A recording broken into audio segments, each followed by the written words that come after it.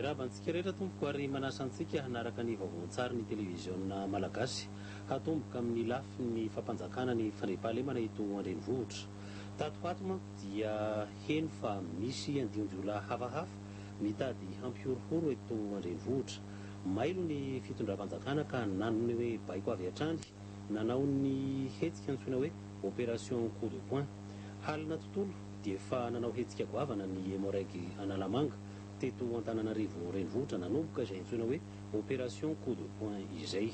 Firaisan-to Andriamampiantona sy Bertrand Ranaivomanana.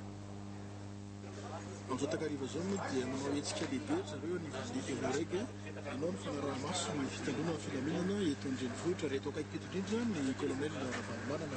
Misy zany andian-jiolahy eo amin'ny 80 eo zany no vezivezy any mitondra basy raha ny tena marina dia fahitana azy ohatra manala baraka mpitandro filaminana mihitsy satria mitondra fitaovam-piadiana indray manao fanamina mpitandro filaminana dia ireo foana no mifamezivezy eo ary izay miaraka amin'ny alika io miaraka amin'ny rehetra io ezaka araka sy azo atao izay azahoana an'ireo olona ireo.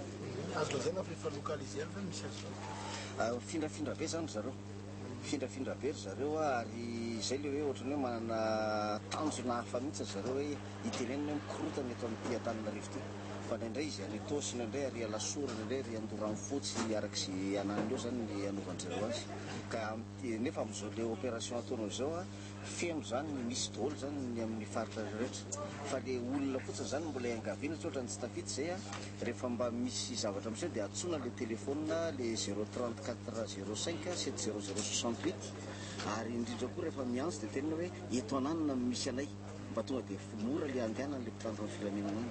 Namory vata-miaramila anjato ny teo anivon'ny Emoraiky avy hatrany araka izany ny colonel Richard Ravalomanana hiatrika ireo andian-jolahy ireo. Tsy maintsy amafisina aloha ny fisavana karapanondro eny an-dalana nizaniza olona mandeha amin'ny alina na an-tongotra io na any anaty fiarakodia hoy ity lehibe ny miaramila ity. Ankoatr'ireto mpitandro filaminana avy amin'ny Emoraiky reto dia efa manao ny asany koa amin'izao fotoana izao ny polisy isaky ny boriboritany sy ny mpanao barage izay mivoaka any amin'ny lalam-pirenena. Ny aza manaraka ilay vetrany ary midi raha vao nivoaka teto amin'ny tobina gady lalana.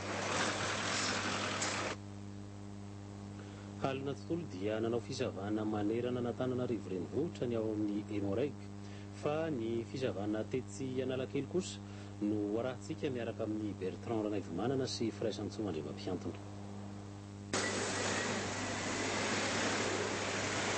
Azo lazaina fa milamina Analakely raha tamin'ity takariva ity. Mbola maromaro raha teo ny fiara mivezivezy na dia efa somary vitsy aza ny mpandeha tongotra satria amin'ny 9 alina dia efa mangina ny lalambe.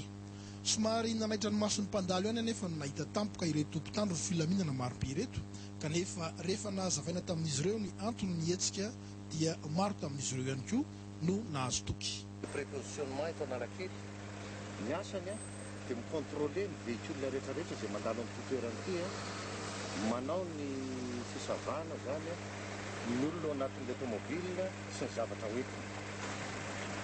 Faharoa manarakaraka an'izany dia manao ny identification des personnes izay mandalo amin'ity mijery zany iza ny olona mandalo eto mitondra taratra dia ho aiza raha misy assistance azony atao dia ataony.